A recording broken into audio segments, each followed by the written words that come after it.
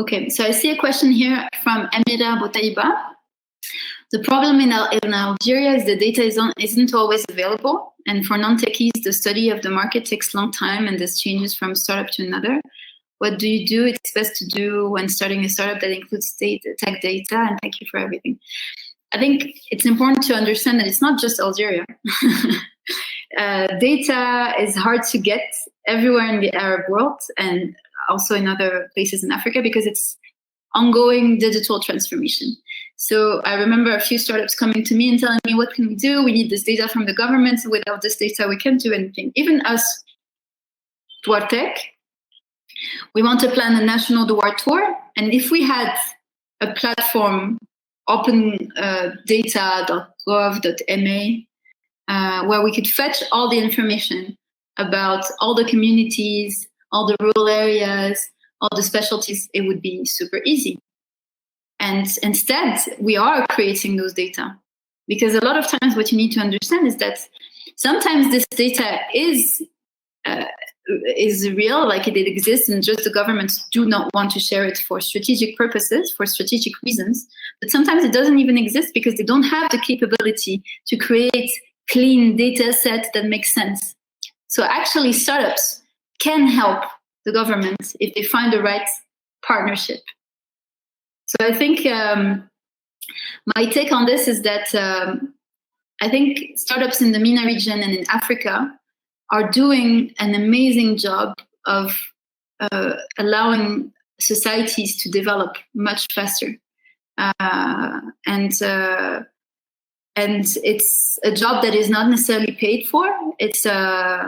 But it's a civic commitment because a lot of times those startups could be doing their startups in the Silicon Valley and get a better check at the end or a better income. But to me, they're doing something that is not replaceable in the MENA region. And I think more and more the governments are acknowledging the value of their startups. And for Algeria in particular, I would like to say, I heard, and I hope you can confirm, that there's a minister for startups and that they want to have an Algerian Startup Act very soon. And I very much hope it will happen. And I very much hope also in the context of Smart Africa, we can help. So yeah, that's my take on your question, Amira. Thank you. What we need actually, just to complement, what we need is, a little bit of something that was similarly done in France a few years back. They had La Loi Macron. Loi Macron 2. I remember I helped with my cabinet, with Erivan to work on it, where they had those big companies like RATP, SNCF, etc., where the state had a share of the capital. They pushed them to open their data. And I can tell you it was a war because those companies didn't want to open their data. But then they had to, by law. And this is something, it happened 5-6 years ago in France. So not always comparing to France because sometimes we get this reference so much, but it's just to give you an example. We're getting there. Governments are getting there. They're bound to. They have to. What do I think of capital venture as an investment in the Maghreb region? Well, there's a lot to do. I think we have Maghreb. Just to give you a broad statement about this, I think the Middle East is in a much better place. If you take Lebanon, for instance, they have a diaspora that is very strong, Fadir Andour and others that have invested heavily in their startups. And we're just at the start in the Maghreb, in Morocco, or Algeria, or Tunisia. But we're doing this, we're catching up. If you take Tunisia, they have created, in addition to the Startup Act, they have created the Tunisian fund of fund. It's called Smart Capital. And they are investing in their startups, in other startups, in African startups, everywhere. And it's a fund that is in euros. They can invest everywhere in the world. I hope we do the same across the Maghreb. I hope we become united as Maghreb through startups. That's another thought. But yeah, I think, for instance, Morocco has always also set up something through the king. So the king has set up his own investment vehicle for SMEs and startups. And so we're now, just to let you know, at Smart Africa, we're discussing a Pan-African fund of funds. So obviously Maghreb will be part of it. But this is these are like thoughts, and I think, it's being shared, it's being discussed, but decision makers are getting there. And I think in the next couple of years, we'll see something very interesting. But for Morocco, for instance, I can tell you that we have interesting vehicles. It's still not enough to fund Moroccan startups. We had $50 million going from the World Bank to CCG to then redistribute to 16 hubs to their startups. It's good, but it's not enough. So we need more. But we need good startups at the same time, So we need more startups that are very strong to get more funding so they can become like regional unicorns, African unicorns, world unicorns, whatever. But yeah, perhaps, I don't know if I can find you like a report, because I haven't given so much numbers because I don't have in mind, but you can probably find something at VC4A, VC for Africa. They do very interesting reports, including for the Maghreb. So let me see. I'm going to put the link. VC for Africa.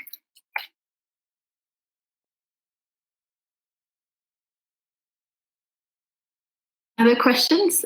I don't know, Mariam, if we can unmute everyone or have a chance to unmute. It's nicer to hear people if we can. Oh, you're not bothering. Very interesting question again from Amira. Where can we connect with different MENA region startups easily? I think starting with the Digital Arabia Network is a good start. I think you can have a lot of different connections. Look up Maghreb Startup Network. So like I said, it's a network of hubs that was helped by the World Bank, and you have a lot of hubs, all the hubs from Tunisia, all the 16 approved hubs by CCG from Morocco, I think a lot of hubs from Algeria as well.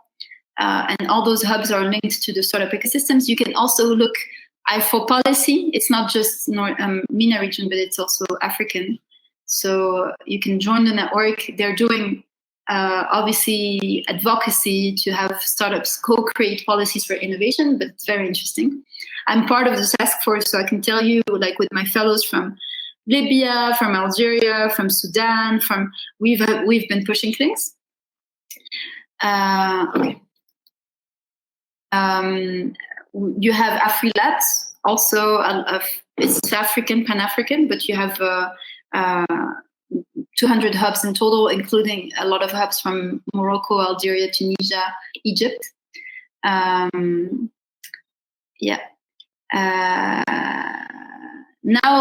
know that you are able to unmute yourself and ask any questions. So feel free if you want to speak. That would be very nice to hear you. And I hope it answered your question, Amira, about how to connect with different MENA region startups. One thing that I would advise is look at WAMDA, look at all the events reported by WAMDA. You have tons of events now. It's online because of COVID-19, but big conferences in Cairo, in Tunis, Africa. And it's interesting to participate because then you create your network. So yeah, other questions, comments, feedback, feel free. I can also encourage you just to follow Smart Africa's social media, because we're doing a lot for African, so it's going to be Egypt, Algeria, Tunisia, and Morocco, because they're part of the alliance. But the job we're doing here is very much to support the startups and ICT ecosystems as well. So you'll see a lot of information going on about startup acts and other things. So always interesting. I think once you get into the ecosystem, people are there's a lot of solidarity. People get you a lot of information, and then you're inside. Yeah. Sommet Tunisia Digital, absolument. D'autres questions? Any other question? Any language that you'd like to use? Feel free, unmute yourself or put it in the chat. I'm happy to answer. I hope you enjoyed the presentation. I hope you learned a few things.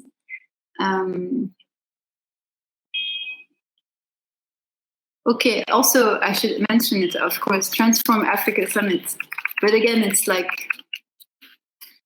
focus on Africa rather than MENA, but like with the North African region. So it's the main event of Smart Africa. And actually, I see WAMDA has now a very interesting platform for all events. So I'm going to put it in the chat as well.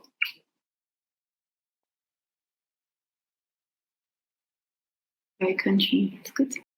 The sources or opportunities for digital transformation in the art scene. It's a very, very interesting topic. I actually just wrote a concept note for Smart Africa to get involved in the art tech scene. I think in the Arab world, just like in the rest of the African continent, artists have been using technology very much. They're promoting themselves on Instagram or on Pinterest. And that also gives them an opportunity to get visibility, because sometimes the other infrastructures like museums or cultural policies of the countries are not so advanced, so they have to find other ways. There's also initiatives like, perhaps you've seen Resiliart by UNESCO, where basically with the help of I4 Policy, they set up something on having artists promote, like use their art to promote good policies, like good sanitary measures in the face of COVID-19 and others. And like they created prizes, and they gave those prizes, so including artists from the North African region. But there's a lot more to do, I think, to be honest. Yes, I'll write it, Resiliart. I'm gonna look up for the actual link. You can find it on the social media of I4 Policy, but I'll find you now. Because then you can participate if you'd like. Now, that being said, I think there's a lot more to do. It's the Don't Go Viral campaign. There's a lot more to do in terms of supporting artists financially and actually with capacity building. So the concept notes that I've written for Smart Africa was very much about how do we do to invest all the digital tools and knowledge that we have into the art scene. And that is extremely important for us, like in the MENA region and the African continent, because we have a legacy of culture that is so diverse, so rich, so strong, that it needs to be digitized to be kept. It needs to be promoted and not reinvented, but reapproached and understood with the lenses of digital transformation as well. I think we need to create our own like digital legacy and not just use whatever is being created outside and consume. We have this, I think, responsibility, and I think it's a good challenge, but that means also having a vision for the art scene. And what I can share is that I think I am optimistic. When I look at Morocco, for instance, we have a new minister of culture. His name is Atman Firdaus.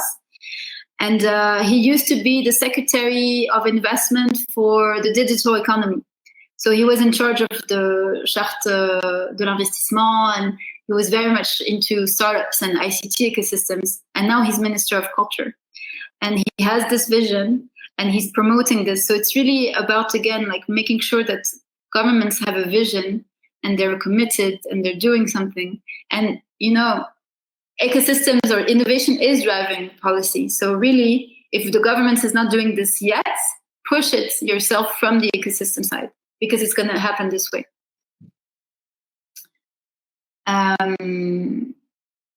Is there a possibility for the audience to interact with artworks digitally?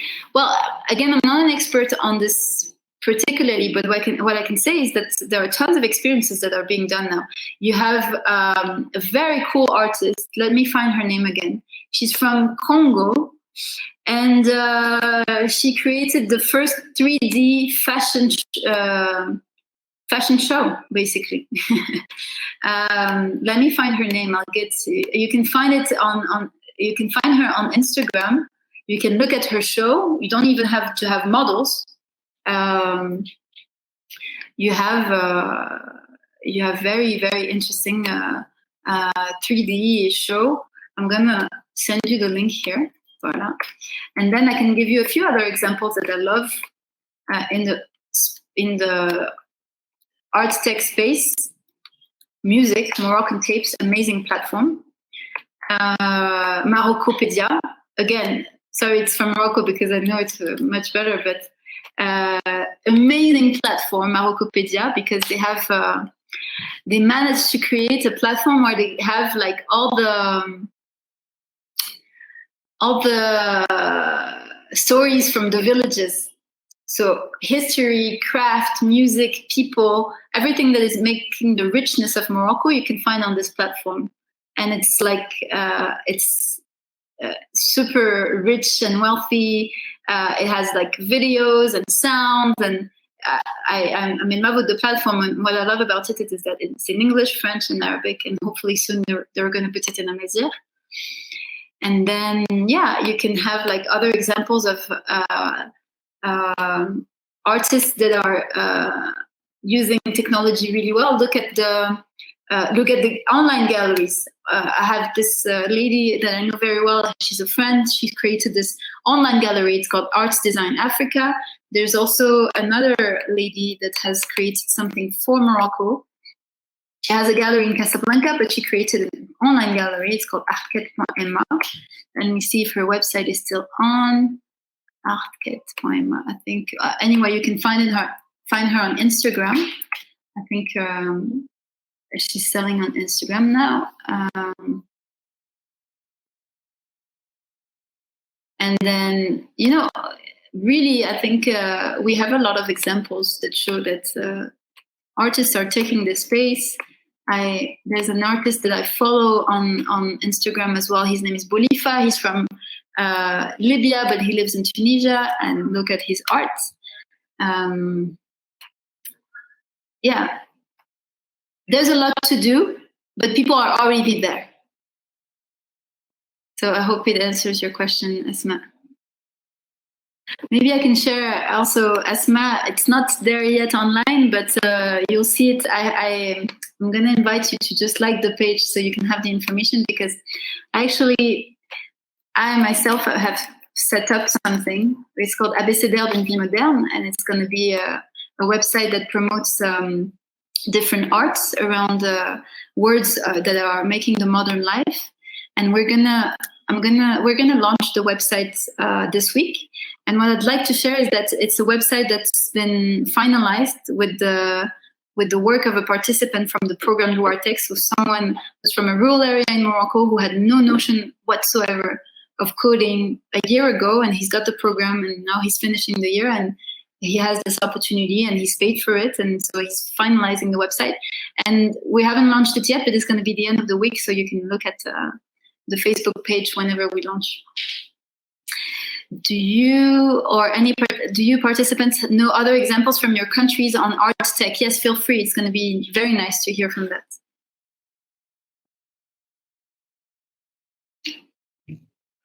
Any other example? From Tunis? From Tunis, I think I know something. Let me find it.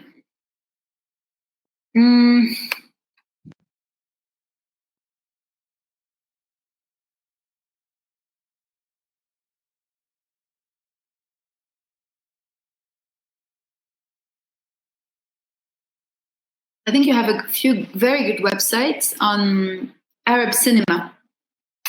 I'm going to try to find the link again.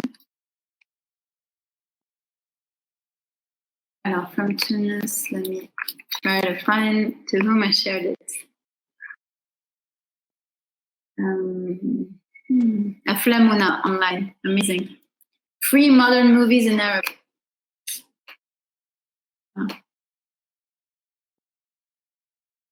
So I don't know, perhaps Miriam, you can help. I'd love for us to keep track of all those links. I'm gonna keep them on a document and share this document perhaps with you, and you can share with any participant.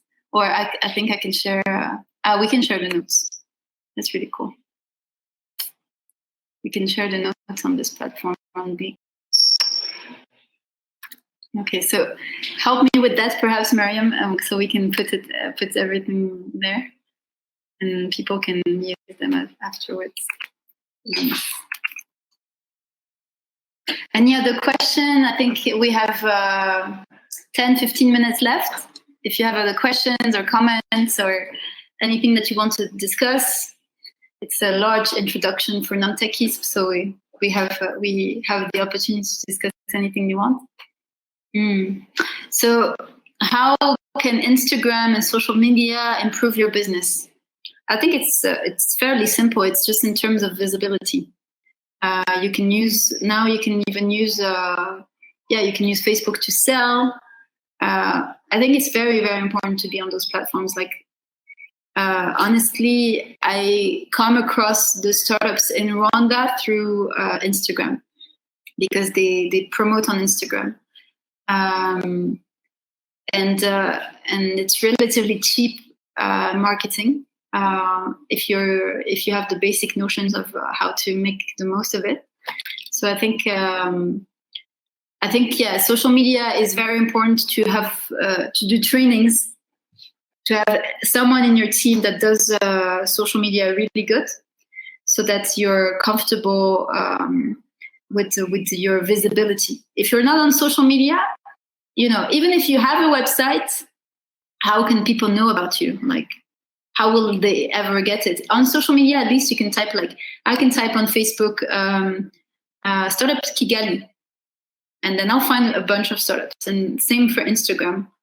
You need to be listed. You need to be visible by Google search, by social media to exist.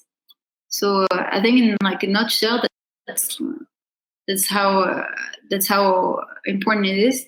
And so yes, they can improve your business because you can tell a story. Today, it's not the marketing that we do is marketing that is experiential, and it's marketing that is basically about telling a story. So if people know your story, it's very, they're going to know the founder, they're going to know like anecdotes.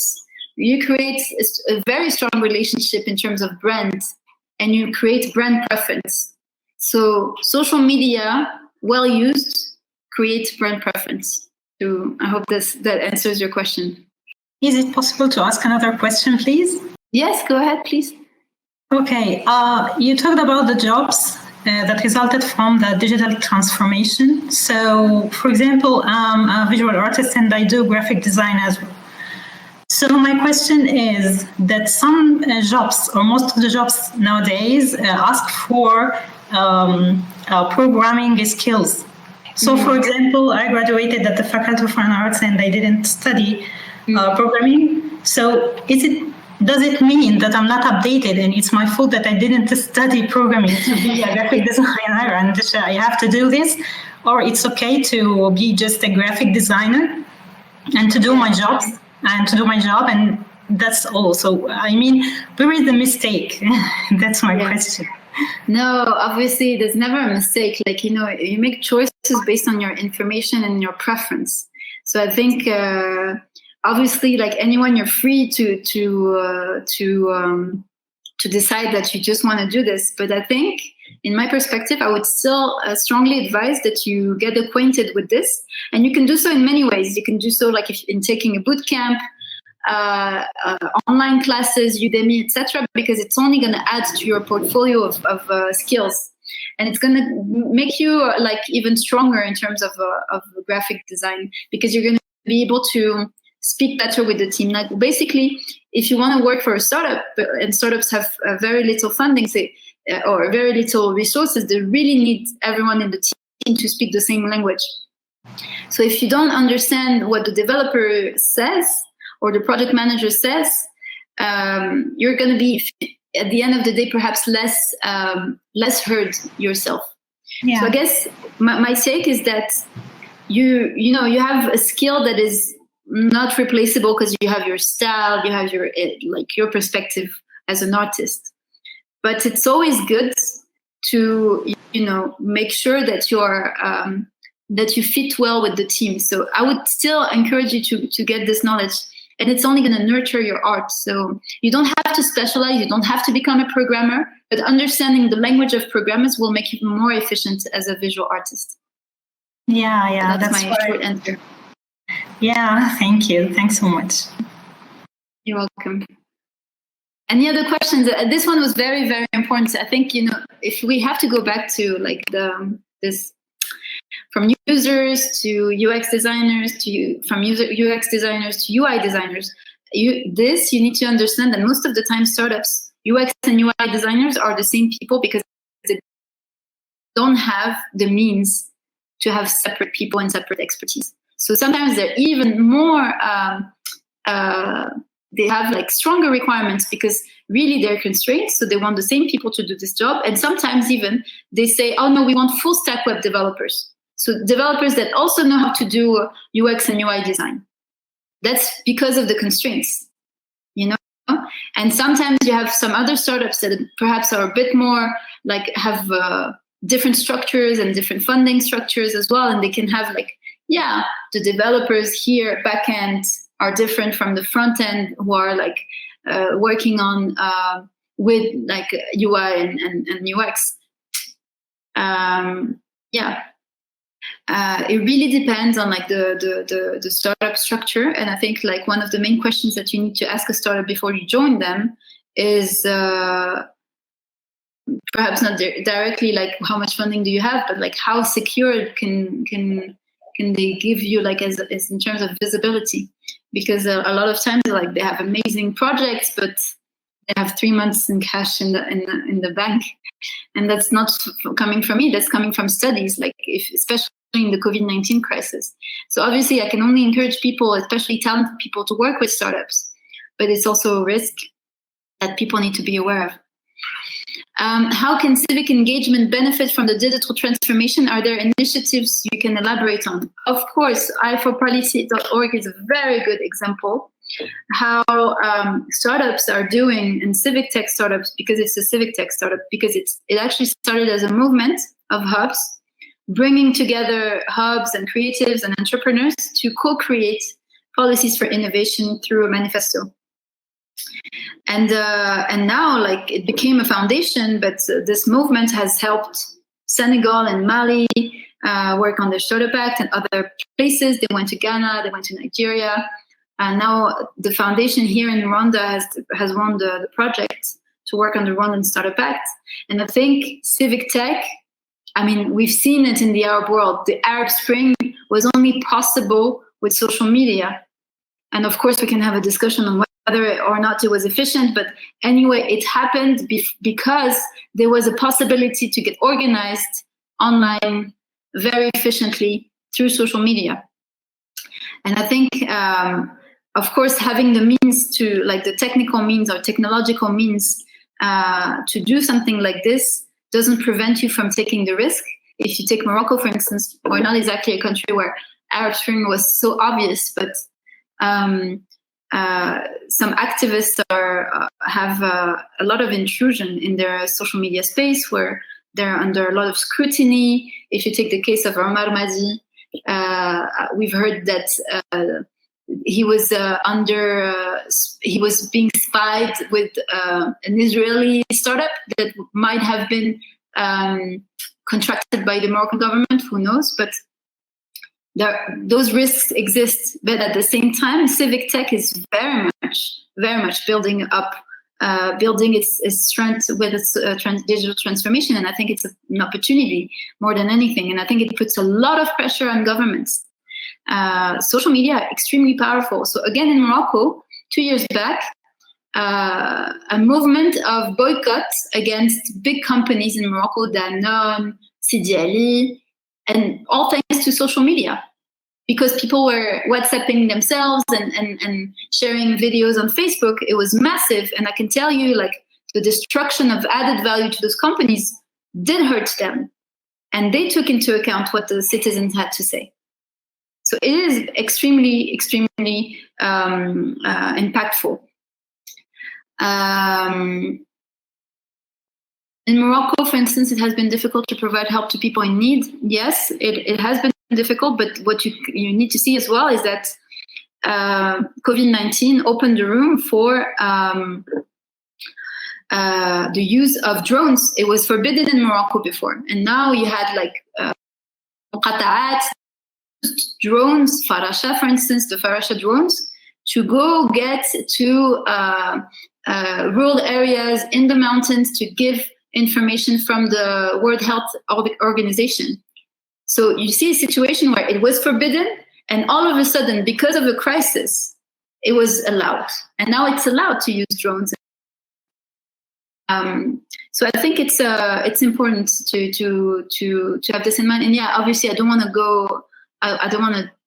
step onto another topic, but it's very important to keep in mind that tech is a lot, and digital transformation is helping a lot get advanced. And additionally, it needs to come with thoughts on what is the ethics, how do we fight fake news, and all the other very important questions around the use of social media and technology. So yeah. So Abdurrahim, I'm sure you're going to have a lot of fun at the dedicated session, but I just wanted to share these few first thoughts to answer your question. Well, perhaps I'll just close the session in saying that I was very, very happy to have this opportunity to share my thoughts on digital transformation and what it can bring to the MENA region for its youth and for non-techies in particular, to get acquainted with some notions and some opportunities.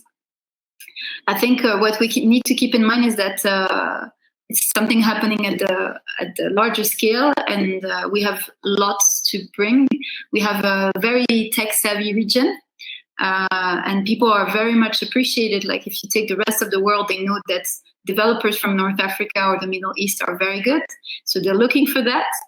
I think a lot of governments have set up programs to have people learning how to code. It's the case in Morocco. You have 1337, you have UCode, you have our program for rural areas.